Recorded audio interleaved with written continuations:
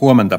Tällä videolla tutustutaan siihen, miten seurasta saa hoidettua itselleen sijaisen, jos on siis koulutusta tai omia harkinnanvaraisia virkavapaita. Menemme ensin osoitteeseen oma.seure.fi ja jos järjestelmä pyytää kirjautumaan, niin edutunnuksella kirjautuminen onnistuu. Etusivulta valitaan täältä näin uusi tilaus ja sen jälkeen työvuorotilauksista otetaan tämä yksittäinen työvuoro. Valitaan se.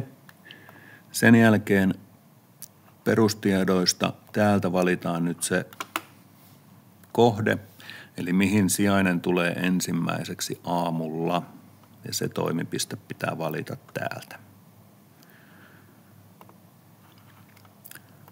Seurelle ei kuulu se, että minkä takia te olette poissa. Sen takia täällä kirjataan muu sijaisuus. Jos on toistuvia tarpeita tilata sijaista itselleen, niin tänne voi laatia semmoisen tilauspohjan, eli se täyttää osan noista lokeroista automaattisesti, mutta ei ole mikään pakollinen juttu. Työvuoropäivä. Eli mille päivälle sijaista haetaan. Otetaan tuosta kokeeksi vaikka torstai 11. syyskuuta ja sen jälkeen edetään seuraavasta. Tässä yläosassa näkyy aina koonti siitä, että mitkä tiedot olet jo täyttänyt sinne.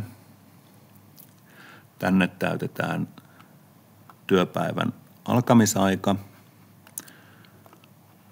ja päättymisaika.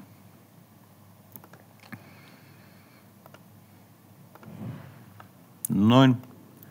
Edetään.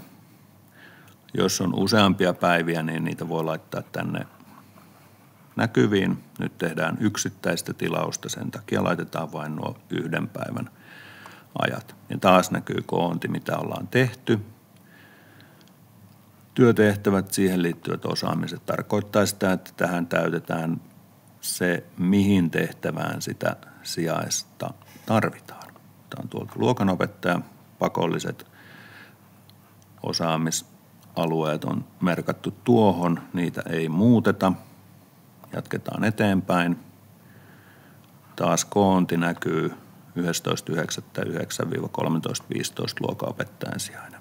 Jos te olette sopinut ennakolta, että joku tietty henkilö tulee sen sijaisuuden hoitamaan, niin se työntekijä valitaan tältä listalta. Näin. Jos et löydä häntä tältä listalta tai nimi näkyy tämmöisenä haalean harmaana, niin sitten kirjoitatte sen nimen tähän. Noi haaleat nimet tarkoittaa sitä, että se sijainen ei ole merkitty sijaiseksi siihen toimipisteeseen, vaikka onkin seurelainen. Tämä päivitystyö on meillä vielä vähän kesken tältä syksyltä. Ja jos hän ei ole meidän koulun listalla, niin laitetaan täppä myös tähän näin, eli vakuutetaan, että työntekijä on seurelainen. Jos et ole sopinut sijaisuutta etukäteen jonkun kanssa, niin tämä kohta jätetään tyhjäksi. Tänne kohtaan kirjoitetaan lyhyet tiedot siitä, että onko jotain poikkeavaa. Eli sijaisohjeet lähetetään erikseen sähköpostitse sijaisjärjestelijöille ja sijaiselle, mutta tähän kuvaukseen vähän, että mille luokka-asteelle tai mihin oppiaineeseen sijaista tarvitaan. Ja sitten jos on jotain semmoista poikkeuksellista, mikä on hyvä tietää vähän ennakkoon, esimerkiksi ulkoliikuntavarustus tai joku muu spesiaalimpi juttu. Lisäksi jos teillä on hyppytunteja päivän aikana, niin kirjatkaa ne tähän, jotta sijaiset tietää etukäteen, että pitkä päivä ei välttämättä tarkoita yhtä montaa työtuntia. Seurelle ei tarvitse lähettää mitään viestiä. Mennään eteenpäin. Taas näkyy koonti, että mitä on tehty. Suosikkilista on siis semmoinen koulun eniten käytetyimmät sijaiset lista. josta voi siis valita sellaisia ehdokkaita, jos et ole etukäteen sopinut, että joku tietty henkilö tulee sijaistamaan.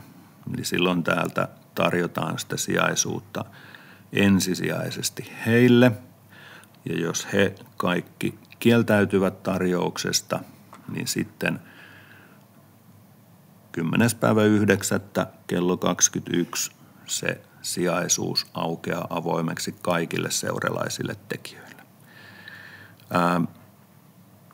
Suosikkilistalla on myös koulunkäynnin ohjaajan tehtävään ilmoittautuneita sijaisia, ja sen takia osa nimistä saattaa tuntua pikkusen vierailta. Jos et halua, että se aukeaa avoimeksi kenelle tahansa seuralaiselle, niin sitten laitat täpän tähän ja hoidat ja huolehdit sijaisen jollain uudella yrityksellä. Ja tästä kun painetaan lähetä, niin silloin se tilaus lähtee eteenpäin.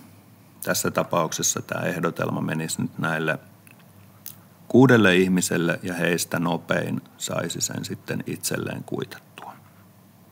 Minä en sitä nyt lähetä, koska tämä on täysin kuvitteellinen harjoitus.